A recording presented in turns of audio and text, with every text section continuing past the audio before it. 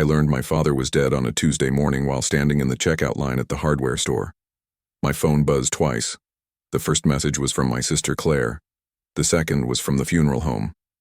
Dad had collapsed in his workshop at 73, gone before the ambulance arrived. Massive heart attack. The kind of exit he would have wanted, I suppose. Quick, private, surrounded by the tools he understood better than people. I stood there holding a box of wood screws, and the cashier asked if I was all right. I wasn't, but I nodded anyway. When I got home, I found Karen in the kitchen, scrolling through her phone with a glass of white wine already poured, even though it was barely noon. I told her the news. She looked up, and for a moment I thought I saw something like sympathy cross her face. Then she set down her phone. "When's the funeral?" she asked. "Saturday. Claire's handling most of it. Small service. He didn't want anything elaborate." Karen picked up her wine glass. "I have the gala on Saturday. The Arts Foundation thing. I've been planning my involvement for 6 months, David. You know that." I stared at her. "My father died. And I'm very sorry about that, I am. But your father and I were never close. You know that too. He was always—" She waved her hand vaguely. "Distant. And frankly, he never made much effort with me either. He's dead, Karen. I understand that, and you should absolutely go. Be with your family. But this gala is important for my position on the board. There are people who need to see me there. It's politics, David. You wouldn't understand. I wouldn't understand." That phrase had become her favorite over the past 5 years. Ever since her inheritance from her grandmother had come through. Ever since she joined the country club and the arts board and started spending her days with people who summered in the Hamptons, and considered my career as a municipal civil engineer to be quaint. Respectable enough, sure. Stable, but not impressive. Not worth discussing at dinner parties. I set the hardware store bag on the counter very carefully. "So you're not coming to my father's funeral because of a party?" "It's not a party, David. It's a fundraising gala. There's a difference. And yes, I think it's reasonable for me to maintain my commitments while you maintain yours. We don't have to do everything together. We're not children." She said it so smoothly, as if it were perfectly logical, as if choosing a social event over your husband's grief were simply a matter of separate schedules. I walked out of the kitchen. I heard her call after me, something about me being dramatic, but I kept walking, down the hall, out to the garage, my space, the one room in our large, carefully decorated house that still felt like mine. The funeral was small, like Dad wanted, 30 people maybe, some of his old engineering colleagues from the county, neighbors, my sister and her husband. My son Jeremy came, flew in from Portland where he was finishing his graduate work in architecture. My daughter Ashley sent flowers but didn't attend.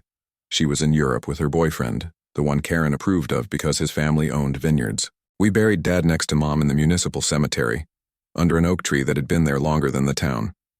The service was simple. The pastor said the usual things about salt of the earth and hard work and integrity. All true, all inadequate. Afterward, at Claire's house, Jeremy pulled me aside. "Where's Mom?" he asked. "She had a prior commitment," I said. Jeremy's jaw tightened. He was 26 and still believed the world should be fair. To her own father-in-law's funeral? "Your mother and your grandfather had a complicated relationship." "That's bullshit, Dad." He rarely swore around me. Grandpa was nothing but polite to her. She just thought he was beneath her once she got that money. I didn't argue because he wasn't wrong, but I also didn't want to poison my son against his mother, even though she seemed to be doing a fine job of that herself. Claire came over with coffee. She'd been crying on and off all day and her eyes were red and swollen. She'd been closer to Dad than I was, probably because she'd stayed local, visited him weekly, helped him with things around his house. I'd visited monthly, always meaning to do better, always busy with work, with Karen's social calendar, with maintaining the life we'd built. "He left you something," Claire said quietly. "In the will. Nothing huge. The house goes to both of us, obviously. But there's a specific bequest for you. His entire workshop. Everything in it.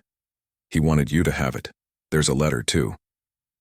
Something twisted in my chest. Dad's workshop, where he'd spent 40 years designing small mechanical solutions for problems no one else noticed, where he'd taught me to read blueprints when I was 8, where we'd built my first soapbox derby car together, and where I'd come less and less often as I got older, busier, more absorbed in my own life. When can I get it? I asked. Whenever you want. The estate is simple. I can give you the key tomorrow. I went on Sunday.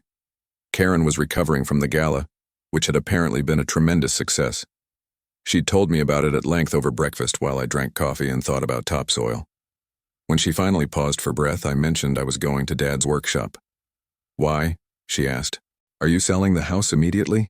Claire can handle that, can't she? Dad left me his workshop, his tools, his projects. I'm going to look through it. Karen wrinkled her nose. That old garage full of junk? David, just hire someone to clear it out. You don't need any of that stuff. We have a perfectly good garage here and you barely use it. Because you park your Mercedes in it and store your seasonal decorations and won't let me set up a proper workbench because it might leak oil on the epoxy floor. I didn't say that. I just stood up and got my keys. Dad's house was a small ranch-style place in the older part of town, built in 1960. 3 bedrooms, 1 bath, paid off before I was born. The neighborhood had aged along with it, modest, working class, the kind of place where people fixed their own gutters and knew their neighbors' names. I parked in the driveway and sat for a minute, looking at the house. It felt wrong that it was so still. Dad had always been up early, always had a project going. Now the windows were dark and the lawn needed mowing and there was no life in it at all. Claire had left the key under the flower pot like she'd promised.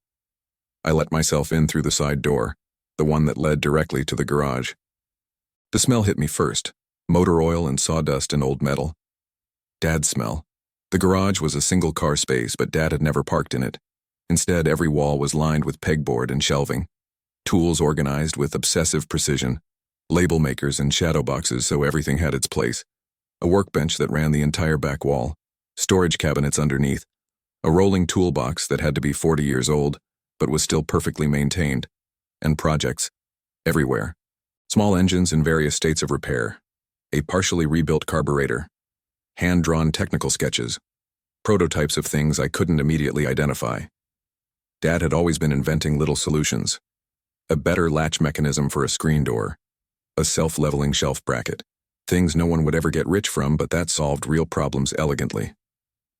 On the workbench in the center was an envelope with my name on it. I picked it up. The paper was slightly rough, the kind Dad always bought in bulk from the office supply store. His handwriting on the front was careful and precise, the way he'd been taught in drafting classes before computers. Inside was a letter, 3 pages, handwritten. David, if you're reading this, I'm gone. I hope it was quick. I hope I didn't burden anyone. I'm writing this because there are things I should have said in person but didn't. I was never good with words. Your mother was the talker. I was better with my hands. But you deserve to know some things even if I couldn't say them while I was alive. First, I'm proud of you. You became a fine engineer. Better than me. I built small things. You build infrastructure. Roads and water systems and bridges. Things that matter to thousands of people.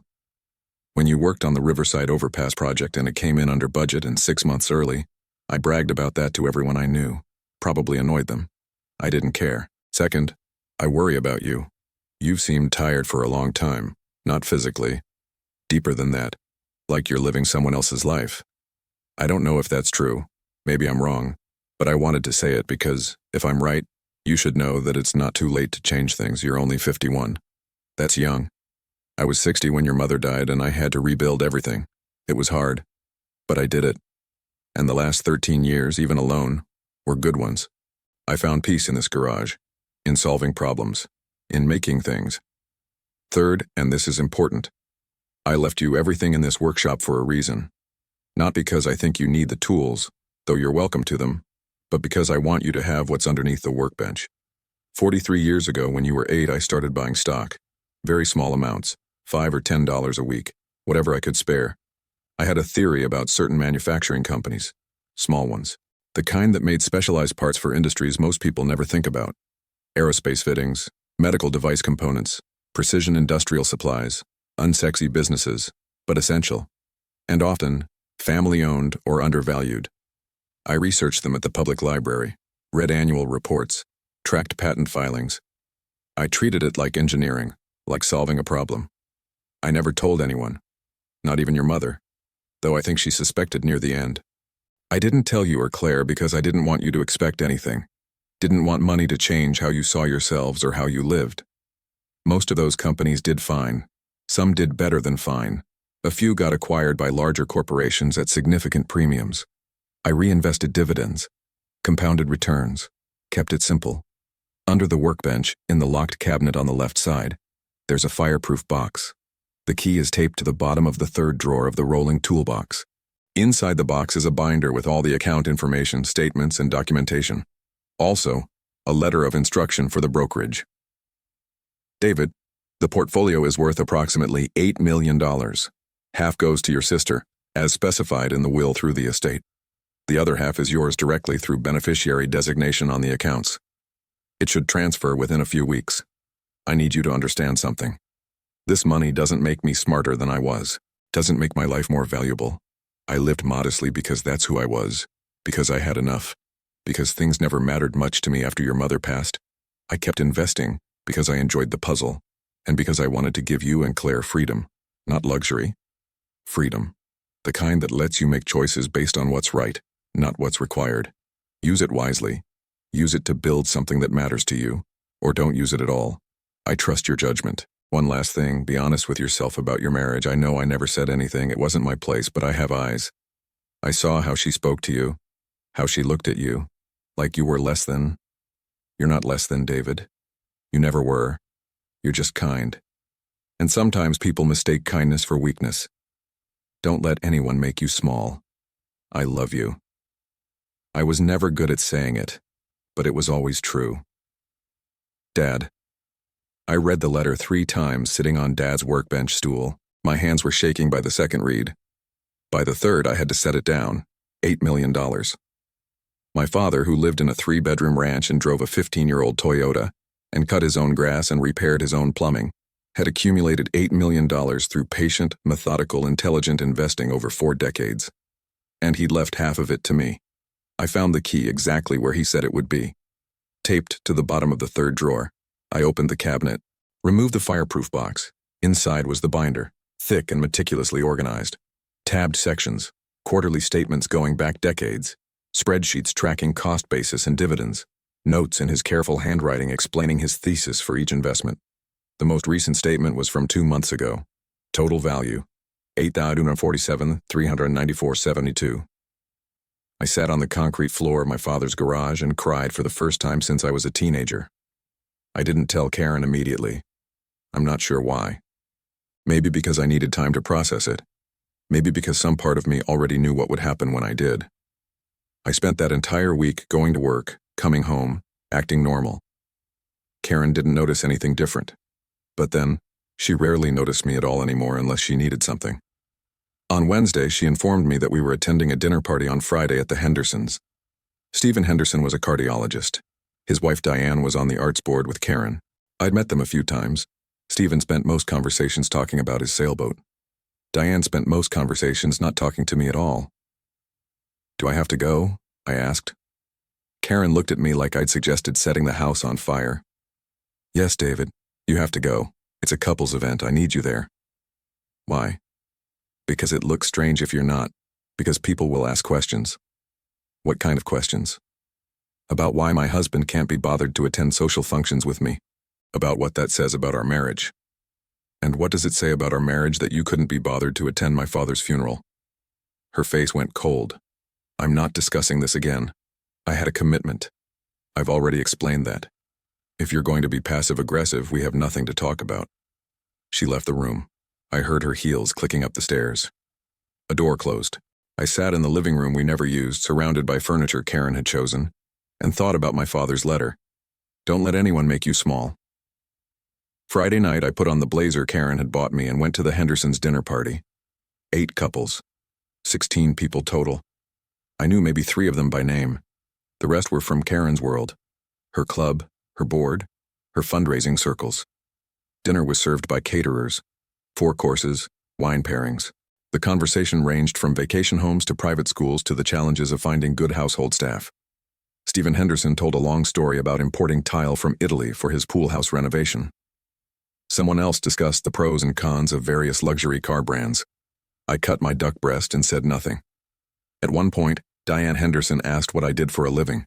We'd met at least 4 times before, but she'd clearly forgotten. I'm a civil engineer with the county, I said. Oh.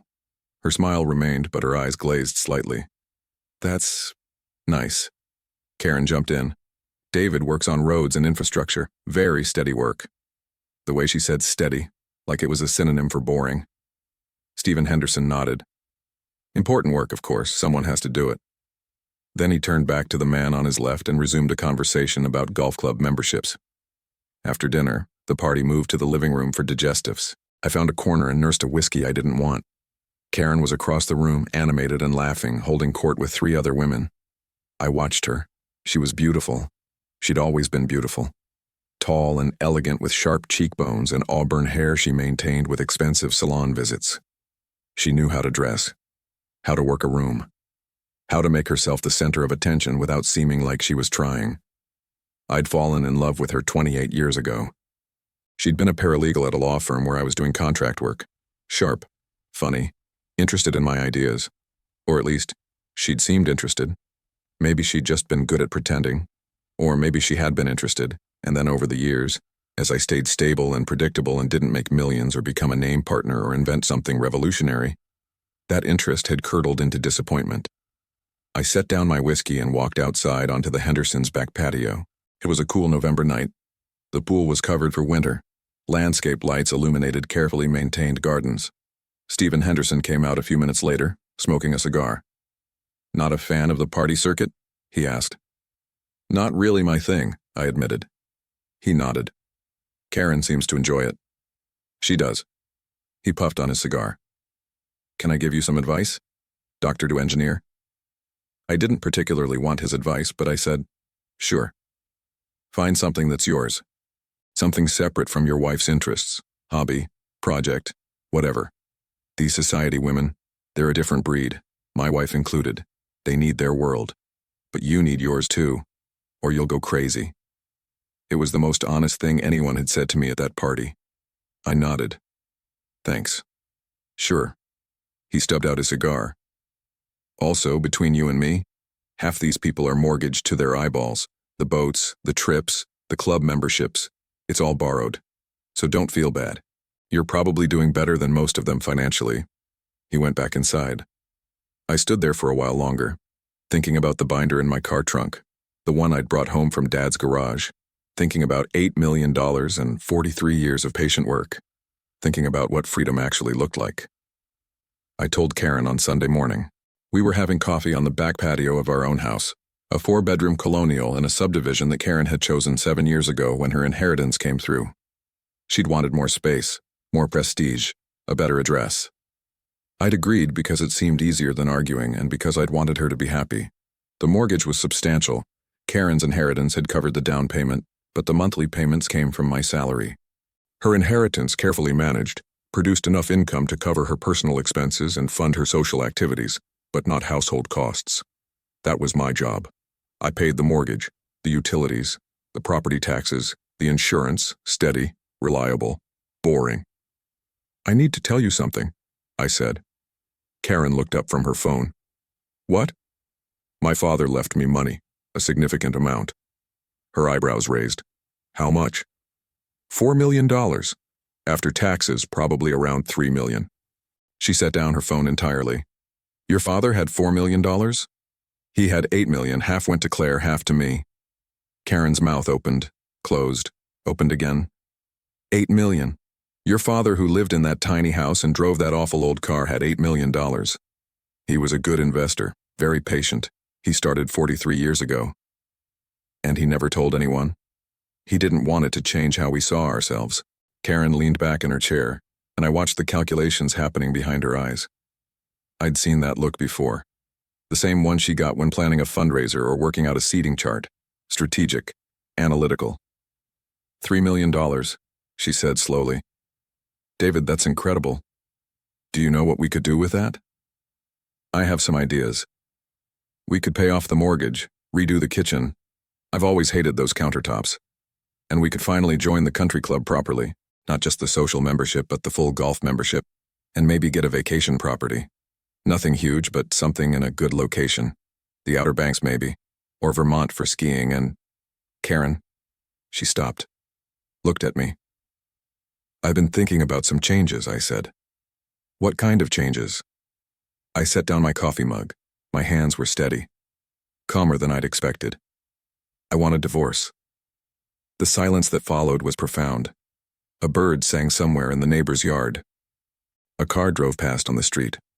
Karen stared at me like I'd started speaking a foreign language. What? I want a divorce. I've been unhappy for a long time. I think you have been too. I think we've been going through motions for years because it was easier than confronting what we'd become. This is about the funeral. Her voice went sharp. You're still angry I didn't go. I'm not angry. I'm done. Done? David, are you listening to yourself? We've been married for 27 years. We have 2 children. We have a life. You can't just throw that away because of one disagreement. It's not one disagreement. It's 1,000 small dismissals. It's being treated like I'm not quite good enough. Like I'm a reliable appliance, steady, useful, but nothing to be proud of. Karen's face flushed. That's not fair. You didn't come to my father's funeral because you had a party. It wasn't a party, it was, I know, a gala. Important for your position. I remember. I stood up. The money is mine. Legally, completely mine. It's not marital property. Dad set it up through beneficiary designation specifically to avoid that. So you don't have to worry that I'm divorcing you to keep you from it. This isn't about the money. This is about the fact that I don't want to spend the next 20 years feeling invisible in my own life. Karen stood too. Her hands were shaking. You're being ridiculous. You're having some kind of midlife crisis. Your father just died. You're not thinking clearly. I've never thought more clearly. If you do this, she said, and her voice dropped to something cold and precise, you'll regret it. You'll be alone. You'll be lonely. You'll realize that what we have is more than you'll ever find with someone else. Maybe. But I'll be alone on my own terms. I walked inside. She didn't follow. I moved out that week. Just packed what was mine and rented a furnished apartment on a month-to-month lease. Karen was shocked that I moved so quickly. I think she'd expected me to cave, to apologize, to realize I was making a mistake and come back. Instead, I hired a lawyer, a good one. The divorce papers were filed within 10 days. Karen hired her own attorney, a shark from a white shoe firm downtown. There was a flurry of threatening letters, demands, claims. Her lawyer tried to argue that Dad's money should be considered marital property because the marriage had existed during the accumulation period.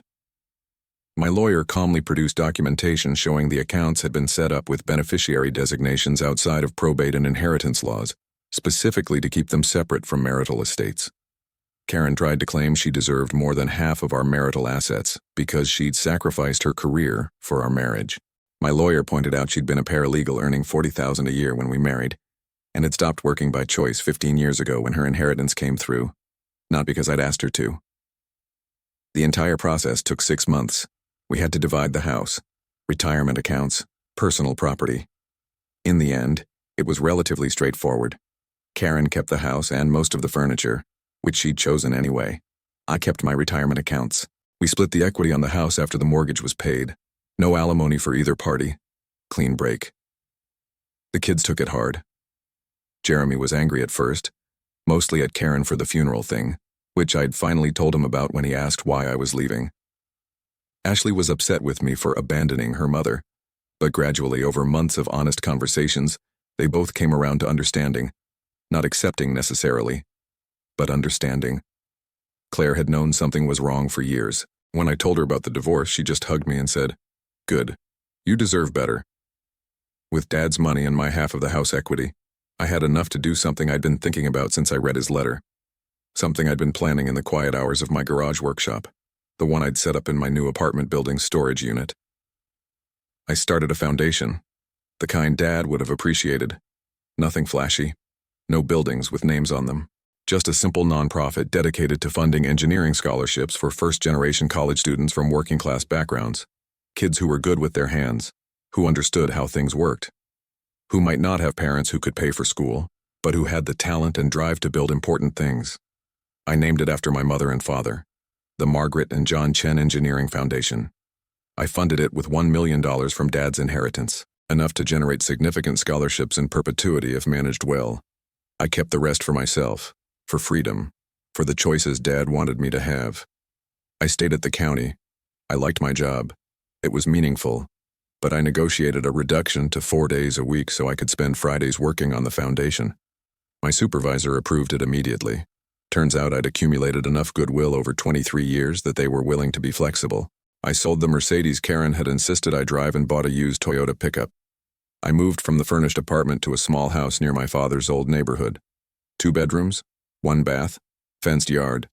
Mortgage I could pay off in cash, but didn't, because the interest rate was low and it felt good to have a simple, manageable payment each month.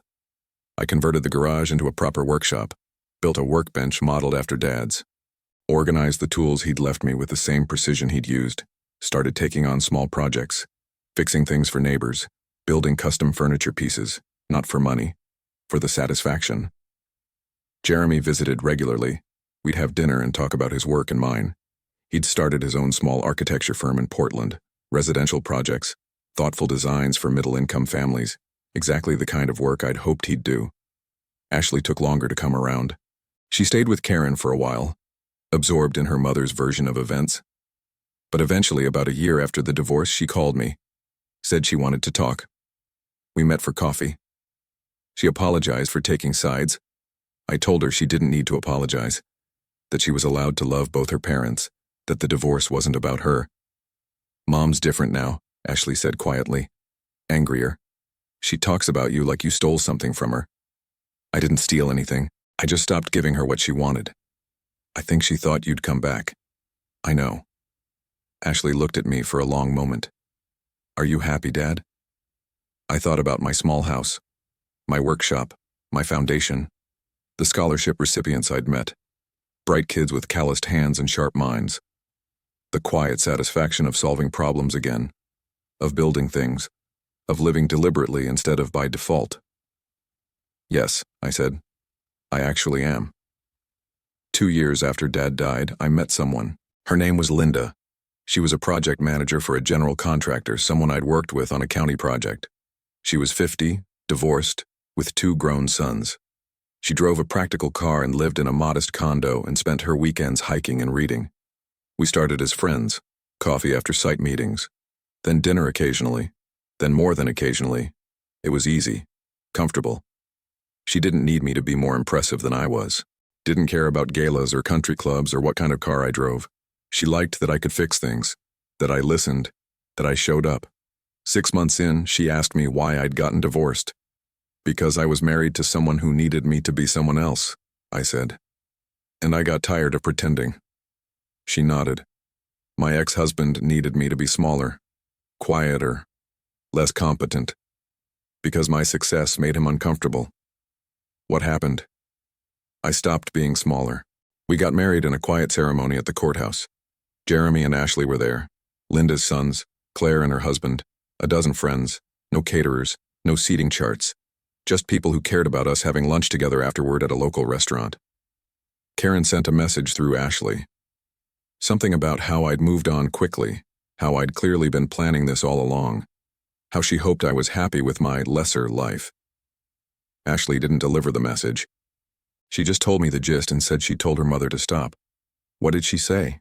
I asked. She didn't like it, but she'll accept it eventually. She doesn't have a choice. 3 years after Dad died, I went back to his workshop. Claire and I had sold the house, but I'd kept all the workshop contents in a storage unit. I'd been slowly moving things to my own garage, integrating his tools with mine, but I'd left a few items in storage, things I hadn't been ready to confront yet. One of them was a half-finished project on Dad's workbench, a small wooden box with an intricate inlay pattern, walnut and maple, dovetail joints. He'd been working on it for months, based on the dates in his project notebook. I brought it home, finished it over the course of 6 weeks, fixed the joints, completed the inlay, sanded it smooth, applied the oil finish he'd always preferred. When it was done, it was beautiful. Simple but elegant, the kind of craftsmanship that doesn't announce itself but rewards attention. I gave it to Linda for her birthday. Inside, I'd placed a letter, my own version of what Dad had written to me, telling her what she meant to me, how she'd helped me remember who I was, how grateful I was to have found someone who saw me clearly and liked what she saw. She cried when she read it. Then she pulled me close and whispered, "Your father would be proud of you." And I realized she was right. Not because of the money, not because of the foundation, though that mattered, but because I'd taken his gift, both the financial one and the harder one, the truth he'd told me in that letter. And I'd used it to build a life that was genuinely mine. To stop letting other people make me small. To find dignity not in what others thought of me, but in what I thought of myself. 4 years after Dad died, I was in my workshop on a Friday evening, building a bookshelf for one of the Foundation's scholarship recipients. A kid named Marcus, who was studying mechanical engineering at the state university. First in his family to go to college. Worked part-time at an auto shop to help pay expenses. Reminded me of Dad in a lot of ways. My phone rang. It was a number I didn't recognize. I almost didn't answer, but something made me pick up. David? It's Stephen Henderson, the cardiologist from that dinner party 4 years ago. I'd seen him exactly twice since then, both times at community events where Karen had also been present. We'd nodded at each other and said nothing. Stephen, hi. I hope you don't mind me calling. I got your number from the Foundation website. I wanted to talk to you about something. Okay. I'm on the board of the Regional Hospital Foundation. We're looking for someone to join who has engineering expertise, someone who understands infrastructure and project management. We're planning a major expansion, and we need a board member who can actually read blueprints and understand construction timelines. Your name came up. Actually, it came up repeatedly. People speak very highly of your work with the county. I'm flattered, I said carefully. It's not a social position. It's actual work. Due diligence on contractor bids, technical review, problem solving. I know you've got your own foundation going, so you understand the nonprofit world. Would you be interested? I thought about it. Hospital infrastructure, important work, meaningful, and a board position that wanted me for my expertise, not as an accessory. Yes, I said. I'd be interested. Excellent. I'll send you the information. Oh, and David? Yeah? I heard about your divorce. For what it's worth, I think you're better off. Karen's been dating some hedge fund guy. They're perfectly matched, both completely insufferable. He said it without malice, just observation. I laughed despite myself. Thanks for letting me know. Sure. See you at the next board meeting. He hung up. I set down the phone and went back to the bookshelf. The wood smelled good, clean, honest. My hands knew what to do. The work was satisfying. Outside, the sun was setting. Linda would be home soon from her own project. We'd have dinner together, talk about our days, maybe watch a movie, maybe just sit and read. Simple things. Good things. I thought about Karen in her big house with her hedge fund boyfriend, still chasing the next gala, the next social validation, the next external proof that she mattered. And I thought about Dad in his small house with his quiet workshop, patiently building wealth no one knew about. Not for display, but for the freedom it would give his children. I knew which life I wanted, and for the first time in decades I was actually living it. The bookshelf came together clean and square. I ran my hand over the joints. Solid. True. Built to last. Just like Dad taught me.